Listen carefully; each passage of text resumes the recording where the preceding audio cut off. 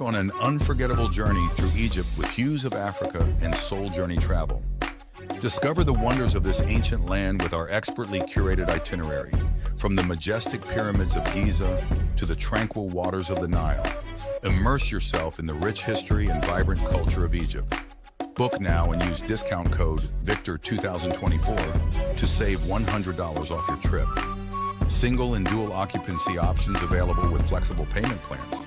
Visit our website for more details and start your adventure today. Fantasy, sports, and politics. Get ready to rumble! You wanna talk smack? You in the right place. So take a step back before I get all up in your Remember, because I don't remember. I remember every bit of this. The other dudes holding on the phone line. Your voice will be heard, sir. Next caller, please. Oh! Eric's gonna get him. Fantasy, sports, and politics. Fantasy, sports, and politics. Fantasy, sports, and politics. Fantasy, sports, and politics. Listeners are asking questions about this week's games, not Jerry's personal beef. So what's your thought? Ladies and gentlemen, boys and girls, children of all ages, welcome to Fantasy Sports and Politics. It's me, it's Mr. FSP, doing what I do because I do it for you all day, every day. And I discuss anything and everything that comes my way. With that being said, I'm normally joined by my co-host, JT ATM Money. He's running a little bit behind, but it's okay because, I got the gift of gab and I will not stop because I won't stop, can't stop. No Diddy, not going down that road. There's a lot we can talk about when it comes to Diddy, but I'm not going to pile on. I'm not going to attack. I'm not going to do any of that stuff. But if it comes up, I'll talk about it. Anyway, with that being said, today's show is going to focus in on what's going on in the NFL right now. Not much, but some of the things that JT was talking about with McCarthy and with Caleb Williams seems like it's coming out. Now, not to the extent that JT was saying, that there seems to be some developmental issue going on. Remember, they're in shorts and T-shirts and helmets right now. But the Bears are going to be on Hard Knocks this summer. I thought it was going to be the Jets, but it's the Bears. We're going to see just where Caleb is. But I don't know. I think the Eberflus system might be a problem for him to adjust to because it's not wide open like other systems. But there's a big game going on, and I'm sure this is why JT wasn't here on time, between the Cleveland Fever and the Chicago Sky, where Reese and Caitlin Clark renew their rivalry in the WNBA. So with that said, let me bring in my co-host, JT ATM Money. What up, JT? The theme of the show. You're cloudy focused to your focus because you're cloudy focused. That's the whole thing of the shirt, man. It's out of focus and then it transitioned into focus. So I'm saying focus. Something had me. It was God. Said that you're going to have a shirt with a message. So my message is this. Yeah, no. Okay. Okay, no problem. No problem. I'm always wearing message shirts, I should say. And them Cleveland Browns jersey sending a bad message. That's all I'm gonna tell you. The Indiana Fever. I call them the Cleveland Fever. It's the Indiana Fever. Indiana Fever, and I'm hearing reports that number 4 out of Ohio is his old self. I'm just saying. Okay, check this out, ladies and gentlemen. I didn't want to go this route to begin, but I knew he was going to go there, so I had something planned for this. No problem. Hey, How no can problem. you be to your old self when you're only doing mental reps as of yesterday, Deshaun Watson has not been allowed to throw with his team or anything like that because he's still recovering from his right shoulder surgery that sidelined him after 7 games of the NFL season, or 6 games of the NFL season. So I guess he is back to his old self, getting massages and not, producing. Okay. Because the word I got was that there's some questioning going on because Jameis Winston has been taking all the physical reps with the team thus far. And there's some rumblings about all the money they gave a guy to do nothing. I'll put it in your floor since you said he's back to his old self. I can't wait to hear how he's back to his old self. I just hear reports. I'm not saying for sure.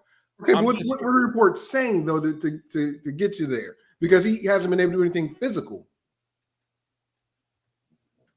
Oh, he's pulling it up. Okay. All right, we're gonna wait on this, ladies and gentlemen. Because I love when right now he's at the top of his shirt. He's not focused. He's about to get real focused. Let me just put this, okay? I'm going to get real focused.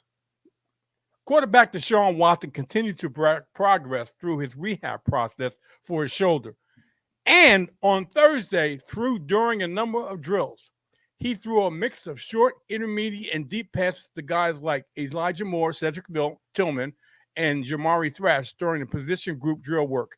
So Deshaun Watson is throwing, okay? He is throwing. Now, not taking mental reps, he is throwing, okay? So I hate to tell you, you were wrong. Wait a minute. I hate to tell you, you read something. You didn't cite where you read it from or who said it. For all we know, you wrote that.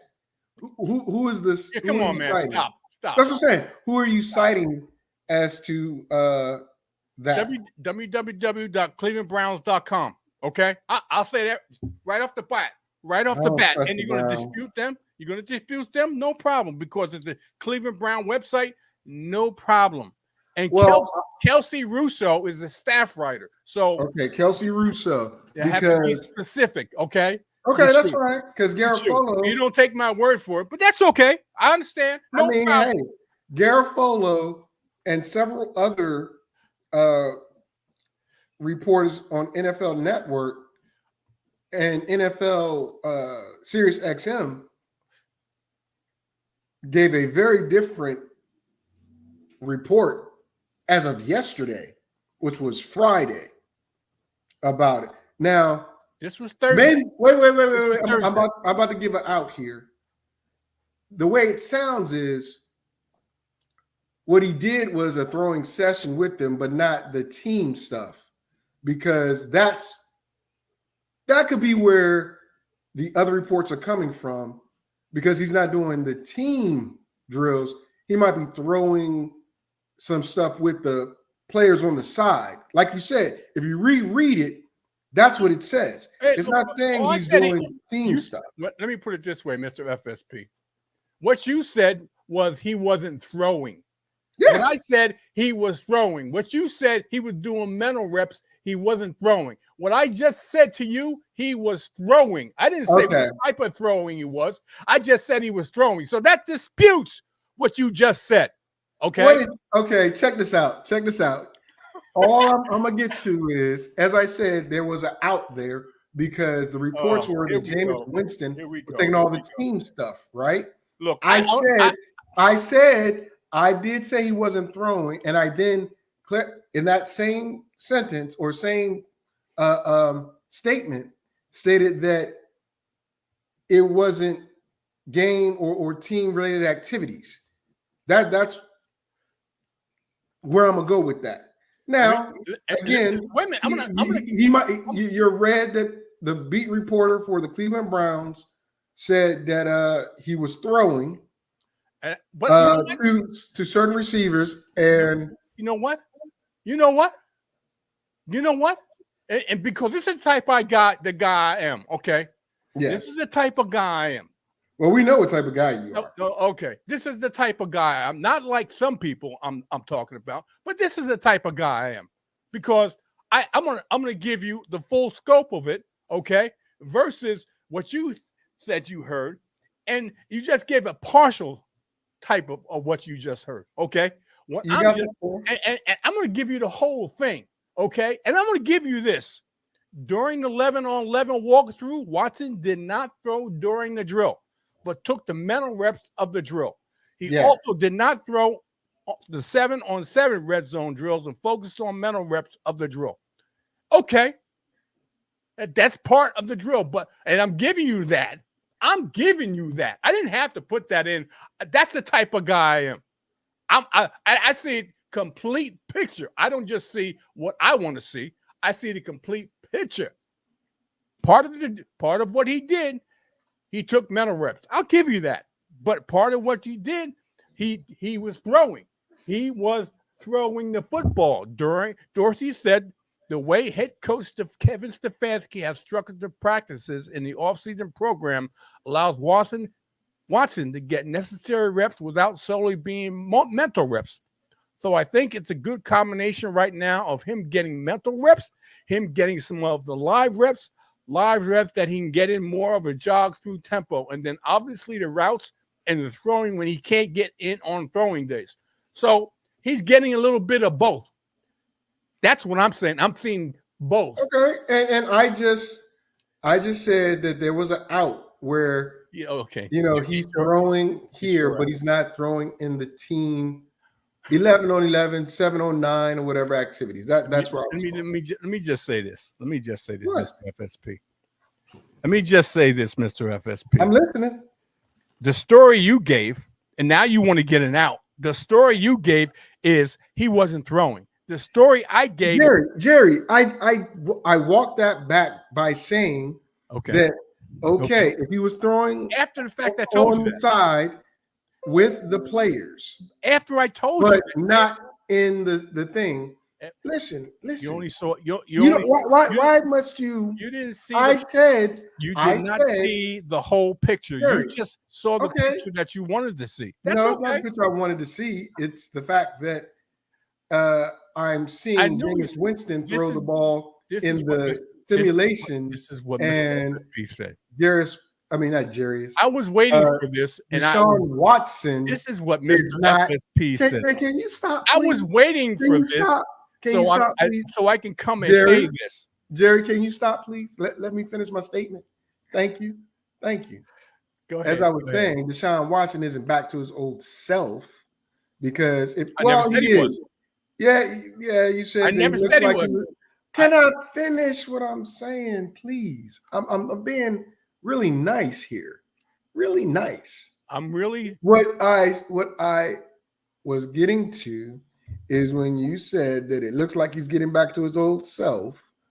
I said that's not true because he's not doing this, that, and the third. And I said Winston was doing the team throwing.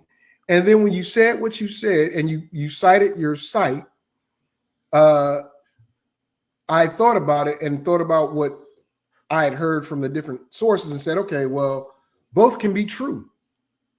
And apparently they both are true. That's why. So therefore, I backed off of it. And you want to continue with this beat my chest behavior. And I'm like, dude, I already said, there was an out, and that's the out. Both can be and seemingly are true. So let's leave it alone because you get something right for the first time in 20 years. I get something right. Oh, stop. No. You didn't get it fully right. You got it partially right. Just like I got it partially right. And I got it partially right. Oh, come on, man. Anyway, whatever. We're moving forward here. God. Yeah, okay. I was going to talk about, and I was going to give you some praises, but now I don't know if I want to. I'll give you some praises about what you said last week on Caleb Williams and McCarthy. The reports that came out this week supported your claim.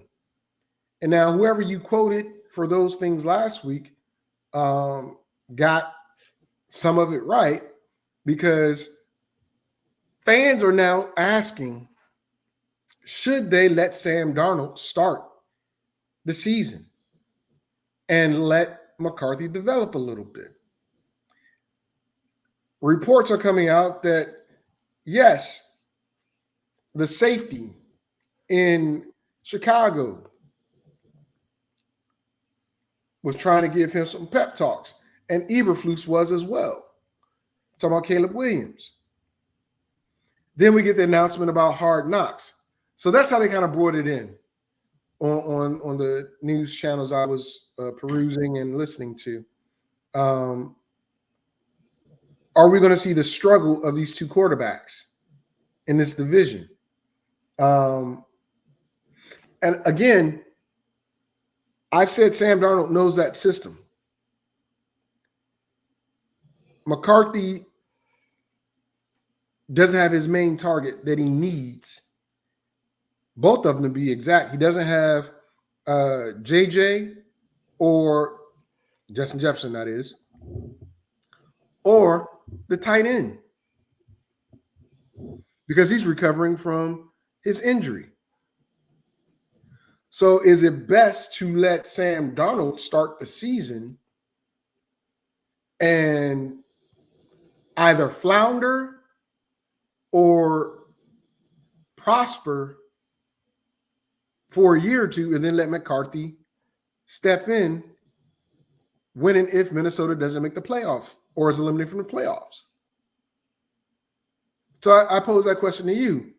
How do you see this playing out, especially when on Hard Knocks, when everything that goes on with the Chicago Bears is going to be under a microscope?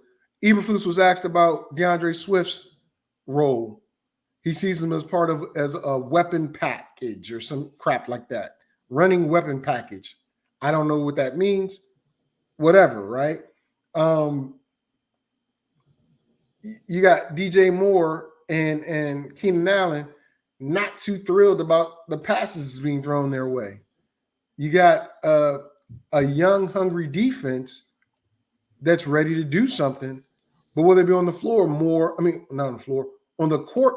I'm looking at basketball, so I got all these terms in my head. Will they be on the field more than the offense? I know you got some thoughts on that, so go ahead and break them out. I'm not a big Caleb Williams fan. You should know well, that. We know that. Okay. You should know that, for one. For the simple fact is, I think he's got I'm going to say it like this, and you may not like it, but I think he's got a snowflake mentality. I think he's got a snowflake type of mentality. Define snowflake, because it's taken on so many different meanings lately. He needs his thing his own way. He's extra sensitive. Okay. He's more than sensitive to more than sensitive probably taking criticism, more than sensitive to things not going his way, aka when he went and crying to his mother when he lost to Notre Dame, if I'm not mistaken. Yeah. Okay. That's the type of mentality I think he has. I don't think he has the toughness as a quarterback. Let me finish. Let me finish. You asked me a question. I got to remember to not defend the Notre Dame game. Okay. But speak about the Notre Dame game. What I'm saying is this: you just said that a defensive back on the Chicago Bears, if I'm not mistaken, had to give him a pep talk. Huh? What? Come on, man! You're the first pick in the NFL draft. You got high expectations. Not having to get a DB, put an arm around your shoulder and make you feel good. You got to be expected to take the good with the bad, and it's going to be bad first for the most part until it gets good, because the Chicago Bears are not a good team. They got extra pieces, high expectations, a lot of pressure being the number one pick. Months back, I gave you a statistic, maybe a year back or whatever. I gave you a statistic of how well first-round quarterbacks do in their first year. C.J. Stroud was an anomaly. Most first-round quarterbacks struggle, and I expect to happen here, and I expect him as the number one pick to be mentally tough to be able to take it. He may not be. That may be the problem, okay? He may not be. That's what I'm saying. Okay. To go back to what you said about the Notre Dame game, I agree. His mental toughness for defeat probably needs to get a little stronger. However, I will say this: that loss to Notre Dame took them out of any possibility of making the playoff, right? And he returned to be the number one overall pick and to go to the college football championship game. Because if you remember when he won this Heisman, he said, I give this away to be in a position that you guys are in, because the other two of the other three quarterbacks were playing for the national championship or playing in the playoffs to go to the national championship.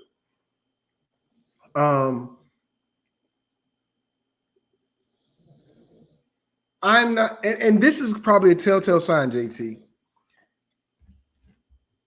And we've said this about different quarterbacks from different eras, but it holds true. Thus far, anyway. Quarterbacks that have diva-like qualities. Now, diva not being female, but just, as you said, gotta have their way. Yep. Or this, that, and the third. Young ones tend to flounder under the pressure when things don't go their way early on in their career. Now, I'm going to say that my guy, Baker, had a lot of struggles year one. Came back year two, kicked the doors off everything. Year three had an injury, tried to play through it. Ultimately is the reason why they let him go, because of his mouth and only one good year of work performance. After year four, they traded him away to Tampa. No, I mean to traded him away to Carolina. Carolina, yeah. And then from Carolina, he LA. took over the job from Sam Bradford, and that didn't work out. And then he went to LA and ultimately signed with Tampa Bay last year, where the entire team made a difference. I thought about this because I know I want to talk about it this week. People say in Cleveland he had weapons. He had okay weapons. He had the ultimate weapon in Nick Chubb running the ball. But on the outside, and I don't care if you like it or not, Amari Cooper and Odell Beckham Jr. are not elite. They are not high-quality receivers, especially Odell and Jarvis Landry at the time. They were spectacular, but not elite. The defense was very, very good, but had several injury problems. In Tampa, though, and I would argue that the three coaches Baker had, only one of them, the current one, Stefanski, would I compare with Todd Bowles as a coach that is capable or ready to do the job. Because if I'm not mistaken, he had the offensive coordinator turned interim head coach Before that, you had who? Who was the head coach before him? Can't remember, but he wasn't a first-time coach, but he wasn't a very good coach.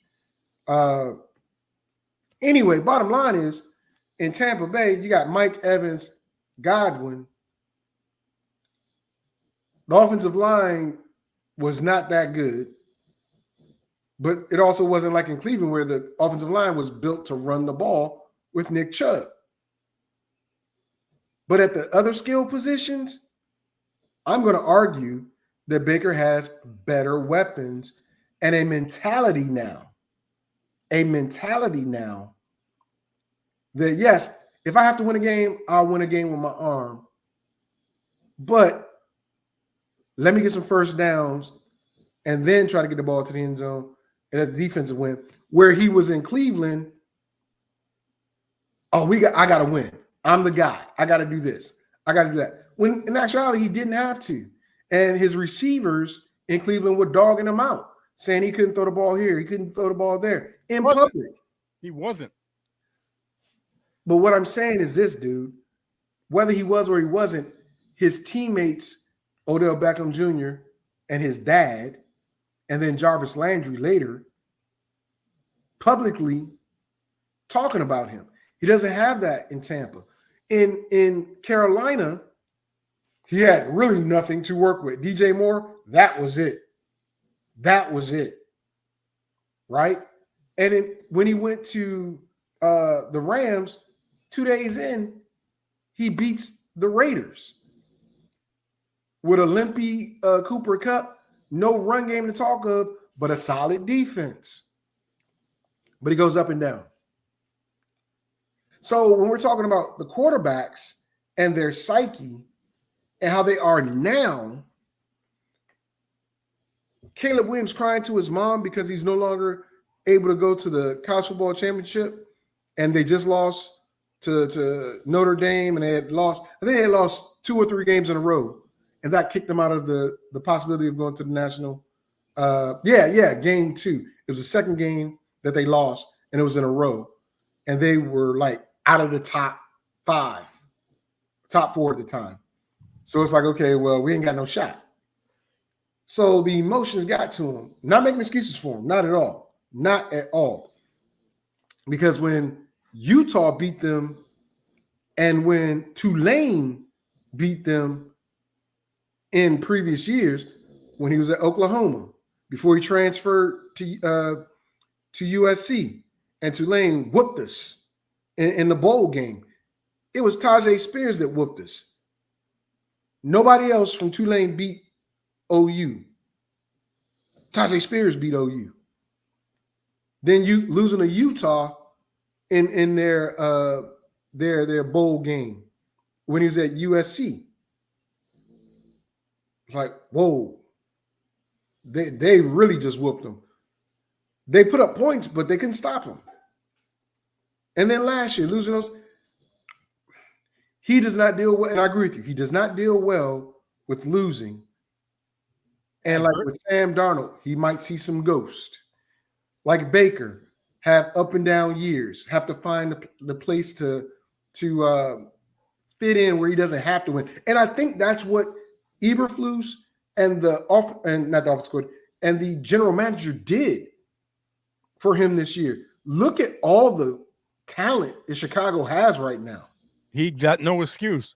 He's got no excuse. Except for the fact that he's a rookie.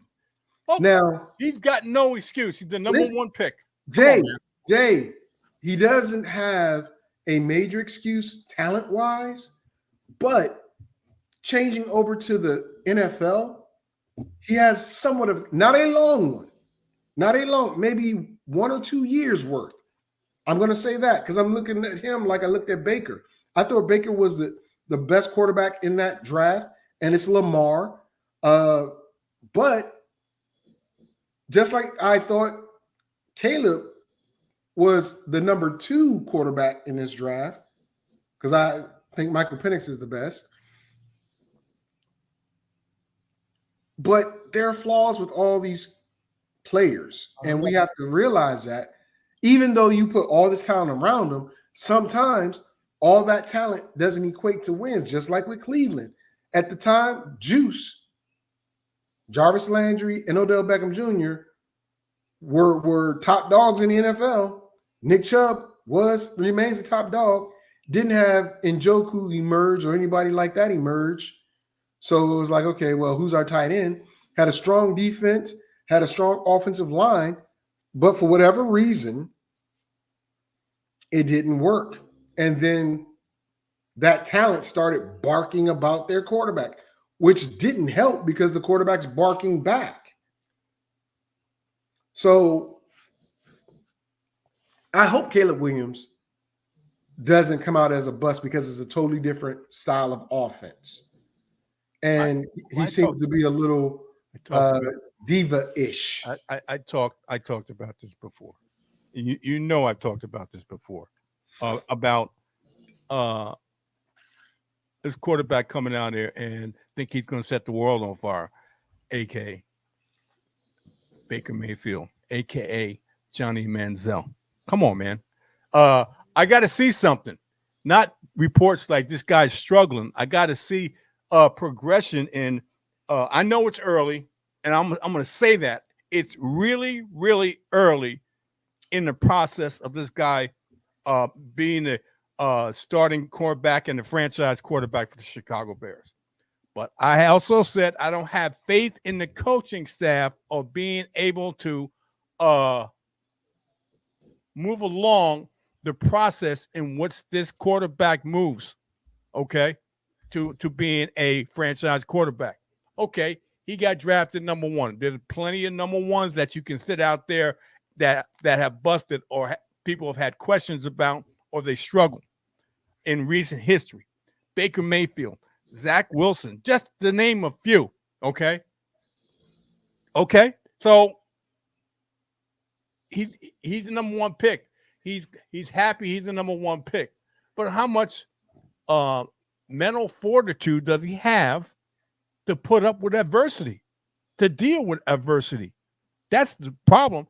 He thinks he's not going to be able to, he's going to put the world on fire. Okay, that's when he comes out of the draft thinking. And when reality hits, how does he deal with it? How does he deal with reality of these guys are pros? You don't have college players that some are pros and some are college players. And these guys are all pros, the top of the top, the creme de la creme of college football players that transition into the NFL. How does he deal with that? How does he adjust to that? That's all in the process. He can't do the same things he did in college because some of it's going to work and some of it's not. Is he able to adjust to the NFL game? Is he able to process the information that he's given and being able to produce on the field? That's what a quarterback that's going to be able to survive in the NFL should do. Is he going to be able to do that? Right now, he's struggling. Right now, there may be shirts and shorts, bro. It's shirts and shorts, and they're not really. This is supposed to be the easiest part of it. Shirts and shorts is supposed to be the easiest I'm not saying you're wrong. You're right. This is shirts and shorts. This is supposed to be the easiest part of it. What happens when they start connecting? I mean, hitting each other. What happens when they start? There's a running game. There's a running game to help support that. With DeAndre Swift, I don't have too much faith in that. With a rebuilt line, I don't have too much faith in that because that's what Justin Fields was dealing with last year. I mean, they made moves to improve the line, but how much? Now you got a new line, new quarterback, new wide receivers. That's a lot of new, man. That's a lot of new. I don't disagree with you. I don't disagree with you. That's a lot of new. That's all I got to say. And just like I think your quarterback on the Washington Commanders is going to do, early on they're going to struggle. That's natural. They're going to struggle, but how much can they get past that struggle and produce? That's what I'm talking about. Is Caleb Williams? I always said I like Jaden Daniels over Caleb Williams. Is Caleb Williams going to struggle for the whole year, or is Jaden Daniels going to struggle for the whole year or half the year or whatever before he gets it? I mean, Jaden Daniels, Caleb Williams, they're all the forever. They're in the NFL. They're always going to be compared against each other. They're always going to be ranked. Who was best? Who was worse? I agree. So, with that being the case, that's why, and I'm gonna tell you what sold me on Jalen Daniels. I was not sold on Jalen Daniels when he won the Heisman. You know, I thought Michael Penix should have won, right? Okay. But what sold me is somebody I respect a whole hell of a lot. Not because he was a great NFL player. He had one great play in his NFL career. One great play? Herm Edwards. One great play in his NFL career. Right. He was a good player, but the one great play was the fumble return for a touchdown when the Giants decided not to take a knee. Right. And the quarterback fumble, Herm picks it up and takes it to the house. Who was the quarterback? I don't recall because I'm not Joe Pisarcek. That's the quarterback. Okay, that's great. I'm not a Giants fan. I wouldn't know that. But you live there, you love that. But anyway, his coaching and his methodology is what I respect and love because of several things. What he's done as a head coach in the NFL, and the fact that one of my high school teammates, I'm not gonna say was handpicked, but Herm Edwards saw him and what he was doing at Friendship Academy. His name is Azar Rahim. Azar Rahim. He saw him as his head coaching time at Friendship Academy, being that he was a good motivator and stuff. So he gave him an opportunity to coach at the it's the Army for the college guys, the Army Bowl or something like that, where the high school kids go and they do whatever, right? And that's from there, he got his opportunity to be the defensive back coach at Alabama. And that year, Alabama won the championship, so he got a ring and all that other stuff. And that projected his career as a head coach or as a coach at the collegiate level. So he knows talent, so to speak, right? My point being, when he mentioned that Daniels is Randall Cunningham in this day and age, that is money to me. And I started looking at it and I said, okay, yeah, he does have a better ball throw. He throws the ball better. He's definitely a damn good runner. But then I said, okay, his receivers. He's got his version of Jamar Chase and Justin Jefferson in Malik Neighbors and Thomas. But Joe Burrow had them, and Joe Burrow, look what he is and what he can do. So that sold me on him.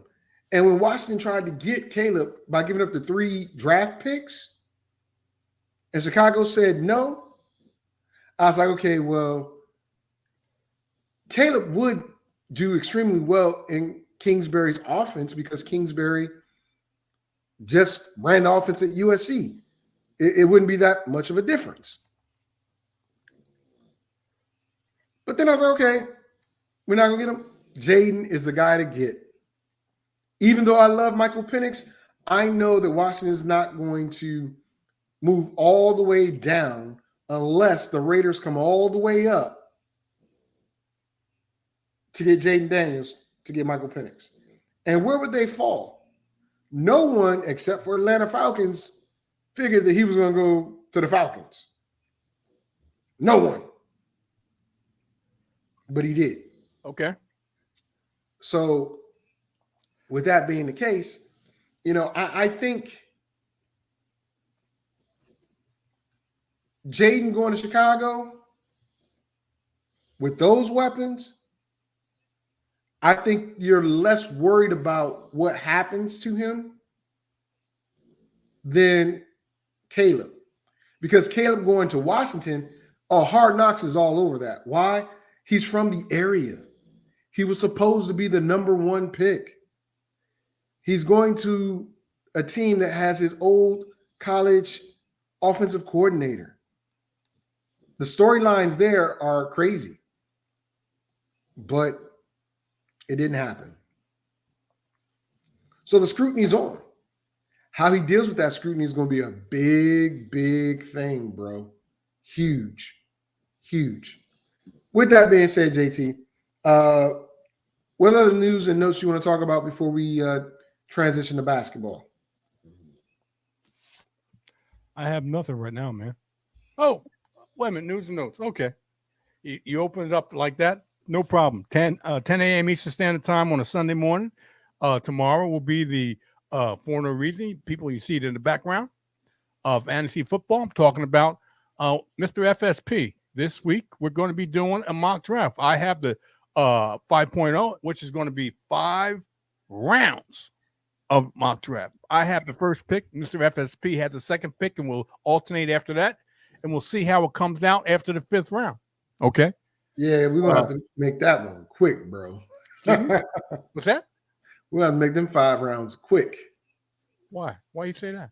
Because I don't know how long I'm going to be able to stay on with these animals at that time frame. Okay. No, we're going to do it, but I'm saying they're going to start getting restless. That's what I'm saying. Who? Your animals? Yeah, my English bulldog. He's going to start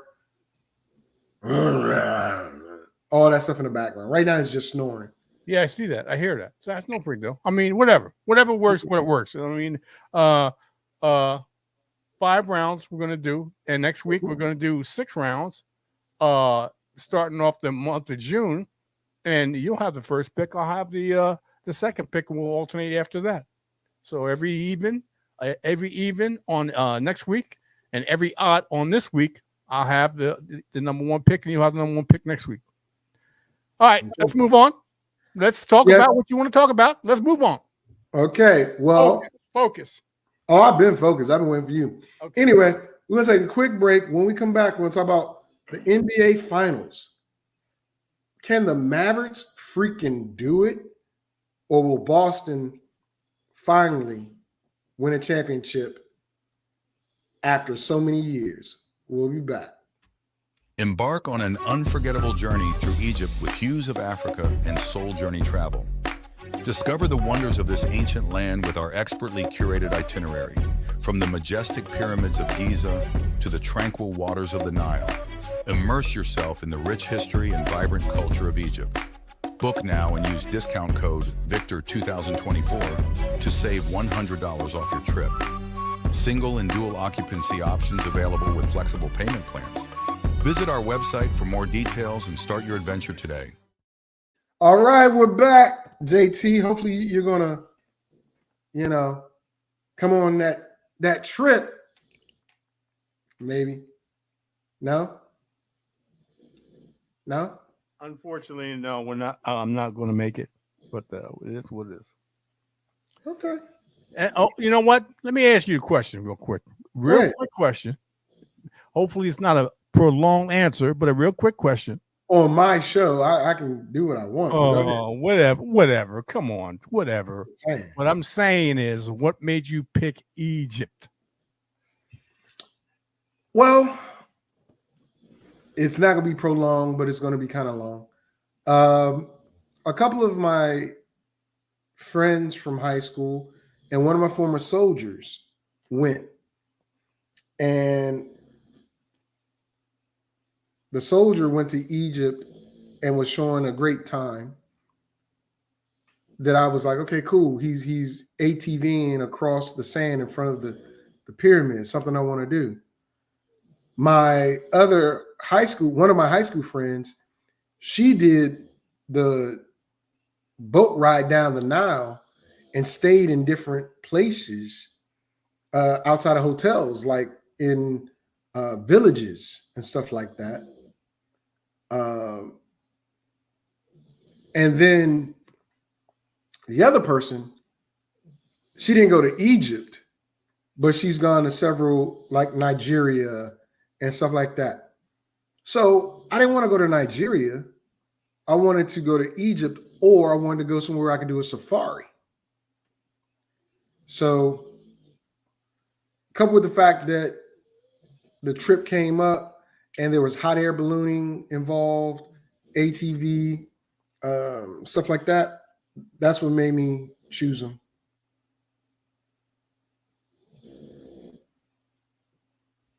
Does that answer your question? I just asked. You gave an Does answer. that answer your question? You gave an answer. That's what I was looking for. What made you pick Egypt? I mean, there's a plethora of countries out there. I just asked you what made you pick Egypt. So Yeah. I mean, that's what I'm saying. okay, no problem. All right. Let me. This is off topic. Let me just say this. This is off topic. Way off topic. Way off topic. Because I have another question. About your possible landing spot for your forever home or whatever. Mm-hmm.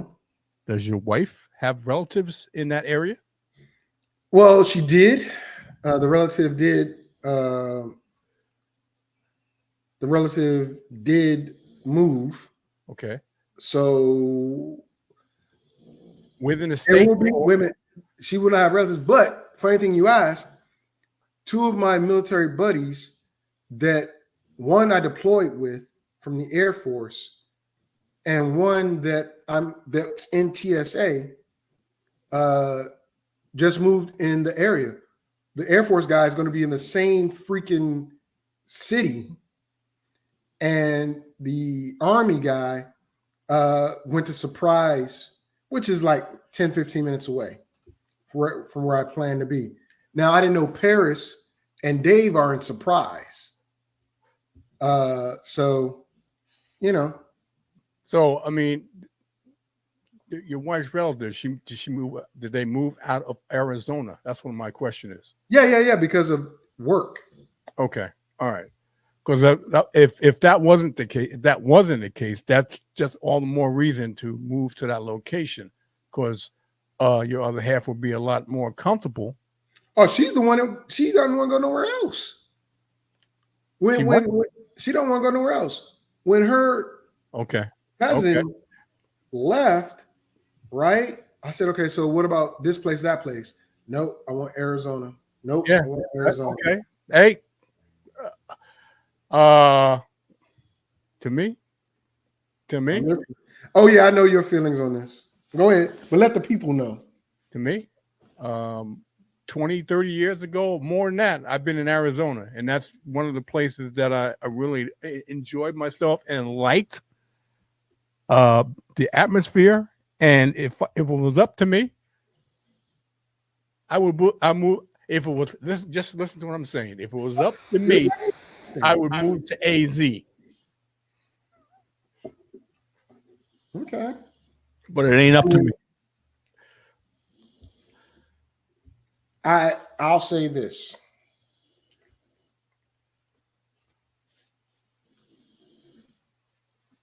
It is something that I am looking forward to. Okay. Because one, I can golf. Oh, I didn't tell you how much. Never mind. Stay after the show. We're gonna have a conversation. Just remind me. I can golf year round. I've got spring training baseball plus a regular baseball team. Hockey for now, if they fix up the hockey stadium or hockey rink, they'll stay. But right now, they're probably going to leave. I've got football. I've got casinos. I've got good weather. Sounds like a utopia to me. Yeah. You know what I'm saying? Yeah. Oh, I know exactly what you're saying. We've had private conversations. I know exactly what you're, in my opinion, getting into. Wait a minute. Hey, Brody, be safe. Be safe, my brother. We love you. Thank you for tuning in. Go ahead, JT. Utopia. It sounds like a good deal to me. I mean, Oh yeah. some things are too good to be true, but I don't think this is. I think it's good to be true. Let me put it that way. Not too good, good to be true. So it is what it is to me. Um, hey, he's still young, man. So, Oh yeah. so Oh yeah. But again, I will say if not there, it has to be somewhere on the West Coast because I love the West Coast now. I remember early in my career at my second duty station, we had a mission that took us out west and into California, actually. And one of the soldiers was from that area. And he made the statement, once you go, you're going to want to stay. I said, no, I'm not. You know, I'm from DC. I'm a always be East Coast person. When I tell you, missions out west, duty stations out west, he was right. He was right. Not just because of the weather and stuff like that, but because of the things that I can do that I couldn't do on the East Coast. The time of night that like everybody's on the East Coast, when the fights come on, especially at my age, I'm like, I'm ready to go to bed. I ain't staying up midnight to 2 a.m. to watch a fight. Here, it'd be like 9, 10 o'clock. Okay, I can power through that. You know what I'm saying? But all the activities that I like to do are found out here. Or not found out, but are found here. East Coast has a lot of great stuff. A lot of great stuff. But until they become a tourist attraction and not just a busy urban hub up and down the East Coast, like the best thing on the East Coast to do is in Florida. That's where people go to travel to enjoy the weather, to get excitement, and stuff like that. I mean, am I right? yeah. So with that being said, I've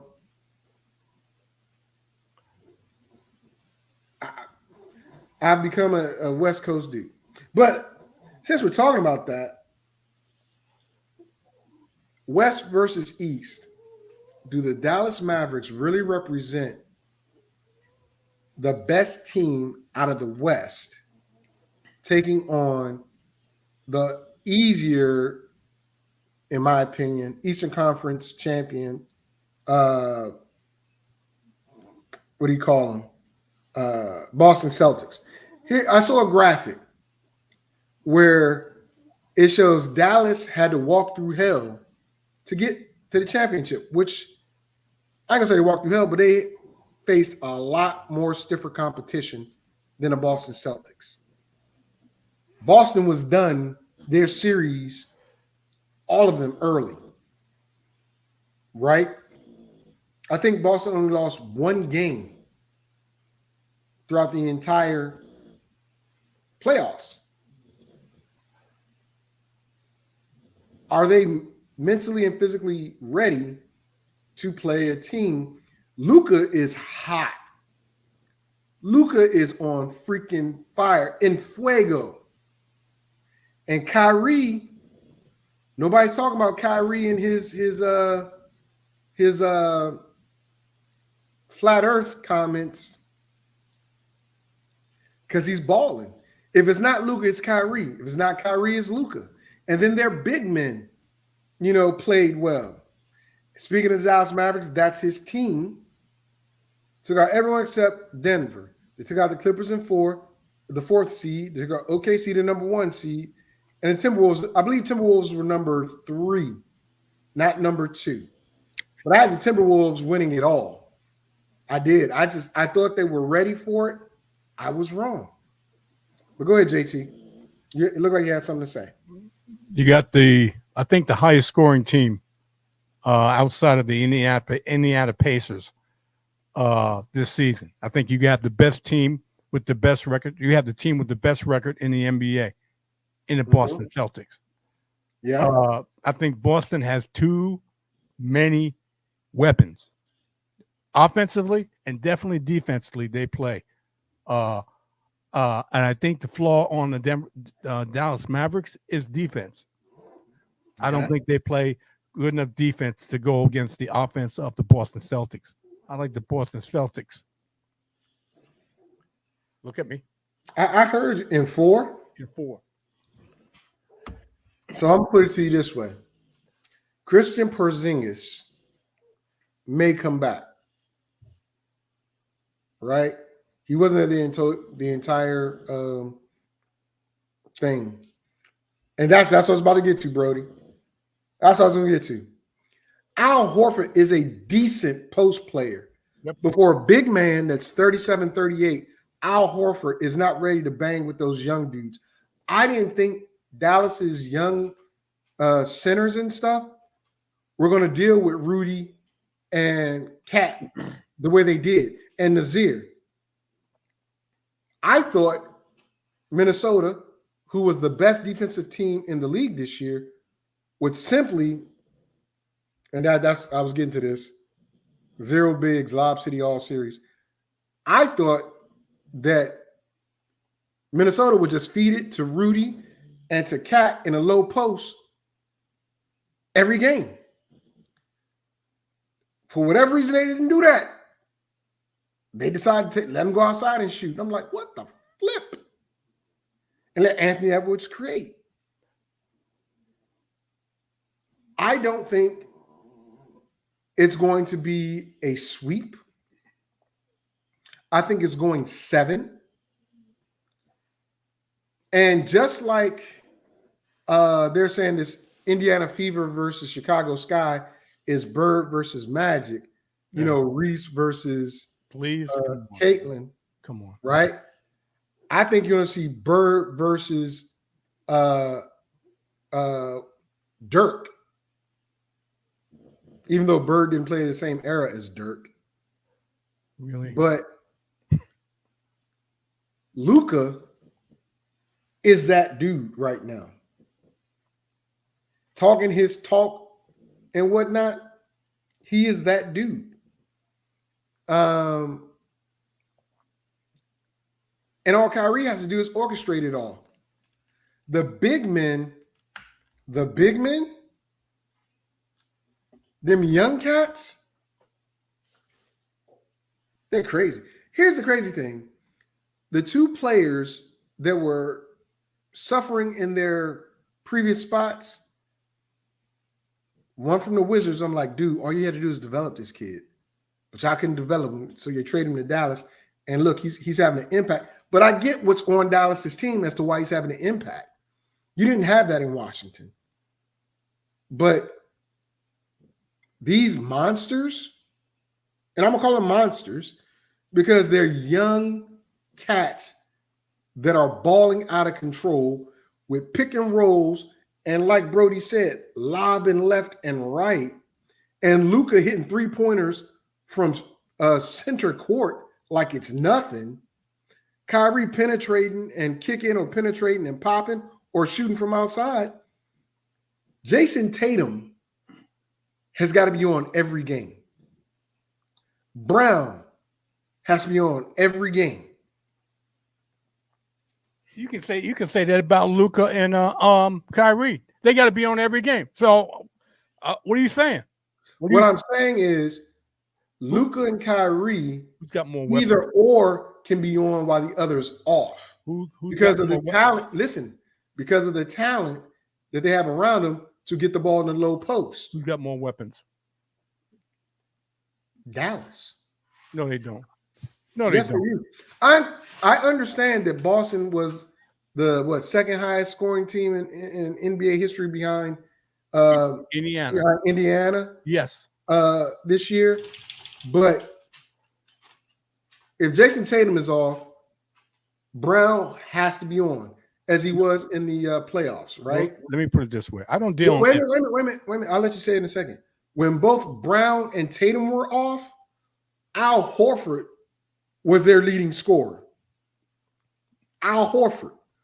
When Luka was off, Kyrie was on. When Kyrie was off, Luka was on. When both were having so-so games, those big dudes, not one big dude, but both of those big dudes in Dallas, them young cats, stepped up big.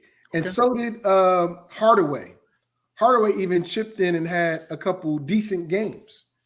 So what I'm telling you is Porzingis has to play. He has to. Because one, he can be a rebound threat, but he's not, especially with a bad knee. But he's an outside threat at 7'1", whatever he is. But if he can't get back and play defense, they're gonna run and gun him.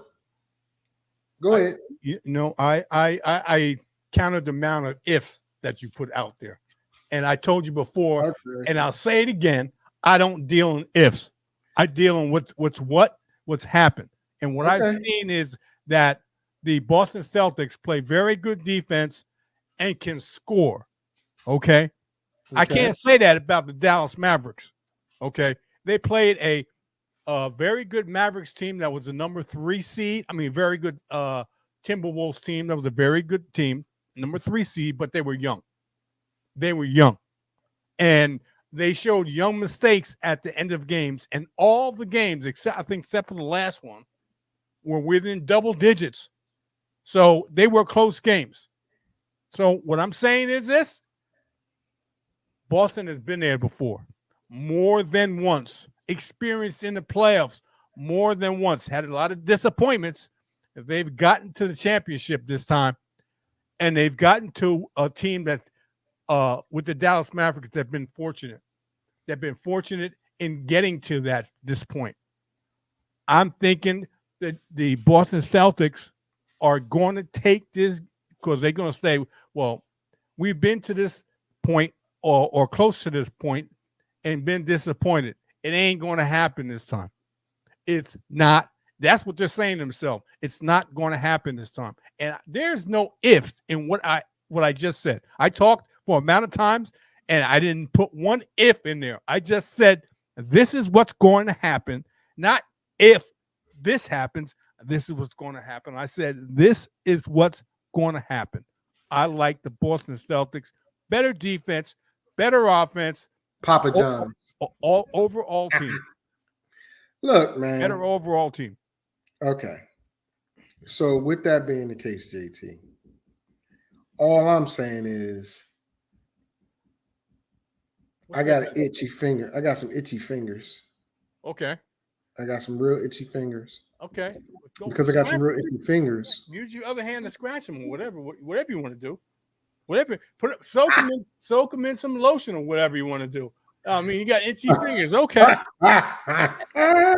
This dude. Okay.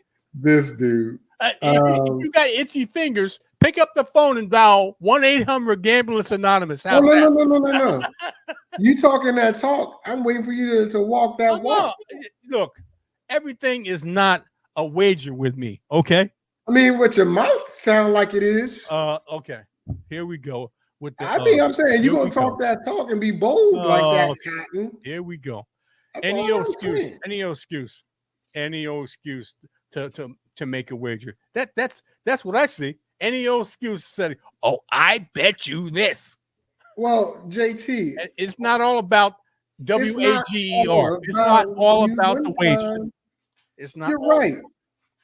And you're absolutely right. And my thought process is, since you're so confident, you want to talk that mess. Here we go. You don't even know what I was going to say. I was actually going to say $5. It goes over 4. $25. Say the Mavericks win. It all has to do with some type of wager with you. Come on, man. I got my opinion. You have yours. I have my opinion. You have all. Why can't it just come to one one person's opinion. No Why problem. can't we be friends? Why can't we be friends? Look, bro, I ain't mad at you. All I'm saying is, if you're gonna talk that talk so boldly, just walk it. Walk it like you're talking. Let me walk it like you're let me talking. put it this way. I only wager. Here we go. I only wager. Only thing I know. I only wager when absolutely, positively, without a shadow of a doubt, think I'm going to be on the positive side. Let me put it that way. So the one, and I don't wager that often, but when I wager, most of the times I'm winning. Not all the time, but most of the time. And this one time, we made a wager. And that's it. That's it. You may not get another chance for me to agree to a wager this season. I made one wager. Which is? Come on, man. You don't remember? Commanders and the Browns, they're playing each other. You told me that the Browns are going to lose against the Commanders. That's what you said. That's what the wager was. I did. Okay. But I didn't know you finally agreed to it because you know what? Like, Stop it. Stop it. You know I agreed to it. Now you're gonna what? I'm making sure. Wait a minute. If I hadn't mentioned it when the game took place, you're gonna come up and say, "Oh, I didn't know you agreed to it." Come on, man. Stop. Stop. I wasn't gonna say that. Yeah, okay. Yeah, all right. Because I know the Commanders will beat them week 5. Okay, no problem. Then then there's no need to go any further. You just solidified it again, but that's okay. Okay. Okay. With that being the case, JT. Yes, sir. Is there any other topic you want to tackle before we get off the show today? I know. Believe it or not, as we were talking, I was reading about Troy Polamalu and Pat Mahomes. What happened with those two guys? Huh? What happened between those two guys? Well, let me put it this way. Troy Polamalu kids love and consider Pat Mahomes an uncle. They have a very good relationship and also extends to his family. Okay. So what you see in Pat Mahomes supposedly is what he is off field. Not to say that other family members, such as his wife and his brother, aren't the best of people, but Pat Mahomes seemed like the real dude.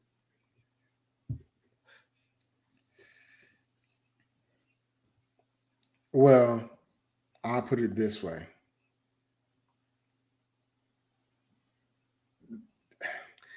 If you're saying Troy is a paragon of character, okay, I can understand that. But you don't know how somebody is 24/7, 365. You can trust somebody to be around your kids, and because they're a certain way around you and your kids. But around others, might be totally different. Sean Diddy Combs. No Diddy. No, come on, man. I'm just saying, no. All I'm using it as an example of how. Bad example. That's a bad no, example. It's not a bad example, because what I'm saying is, to people that weren't in the know, Diddy was just a businessman that did rough, tough business, and had some eccentricities. A lot of people that weren't in the know didn't know he was beating up women, allegedly, even though the video shows it, but I got to say allegedly. Where that take that came from was not just a throw-in line, and all these other things. So I use that to say, I know you. I've known you for what, 16, 17 years now? Something like that. And I've only met you, what, 3 times? Okay. But I know your behavior. Okay. And I know how to push your buttons. Okay. But I also don't know how you are with your family or co-workers. Like, only thing I know is like your family is, or I recall, I forgot who said it, who told me. But before you started doing the shows, you were like really standoffish and quiet and to yourself with everybody. But since you've been doing the shows, you've been more out there, outspoken, and friendlier, because everybody just thought you were mean, because you are a mean old man. But I remember that. Because this is part of the eulogy I was going to give if I was there. Well, thanks a lot, man. I appreciate really appreciate that. Oh, I'm saying when oh my God, I have to give it, you know. How do you put? Hey, what size shoe you wear? Don't worry about it. My mouth ain't big enough for it. Yeah, okay. I think it is. Wow. But my point is this. Go ahead. My point is, Troy Polamalu might have said some wonderful things about Pat Mahomes, and they all might be true. But for me, until I know you, you're such a skeptic. That's okay. I understand. Until I know you, and I've been around you. I mean, think about this, JT. You got trust issues, but that's okay. I understand. True. But I'm gonna put this in your court, and I'm not taking a dig at you when I say this. Do you even really know your friends, your best friends? Do you know they're not trying to get with your wife, your girlfriend, or the girl in the club that you trying to holler at? Do you really know them? Yep, absolutely. So let me put it this way: I have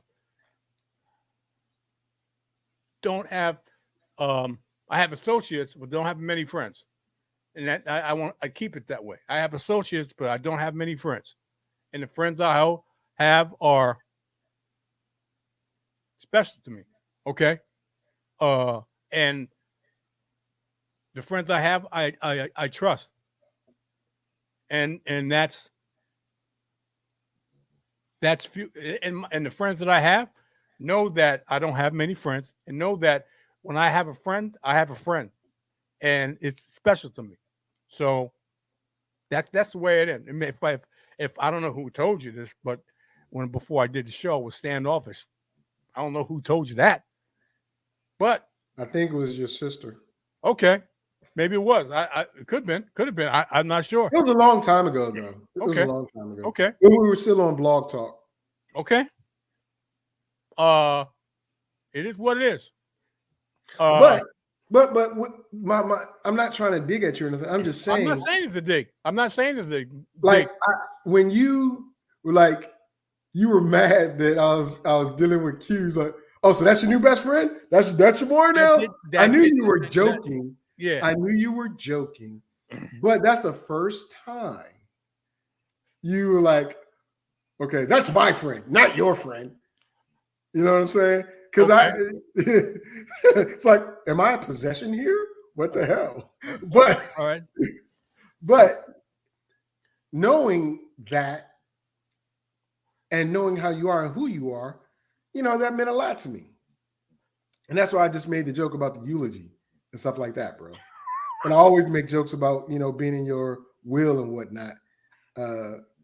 I should be, just gonna point it out. I really should be. But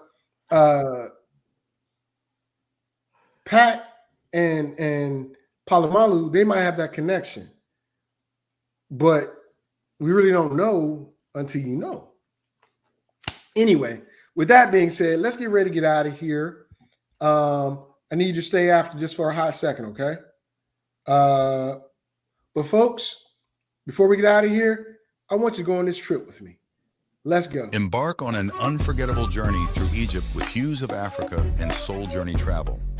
Discover the wonders of this ancient land with our expertly curated itinerary, from the majestic pyramids of Giza to the tranquil waters of the Nile. Immerse yourself in the rich history and vibrant culture of Egypt. Book now and use discount code VICTOR2024 to save $100 off your trip. Single and dual occupancy options available with flexible payment plans. Visit our website for more details and start your adventure today. Fantasy, sports, and politics. Get ready to rumble! You wanna talk smack? You in the right place. So take a step back before I get all up in your Remember, because I don't remember. I remember every bit of this. The other dude's holding on the phone line. Your voice will be heard, sir. Next caller, please. Jerry's gonna get him. Fantasy, sports, and politics. Fantasy, sports, and politics. Fantasy, sports, and politics. Fantasy, sports, and politics. Listeners are asking questions about this week's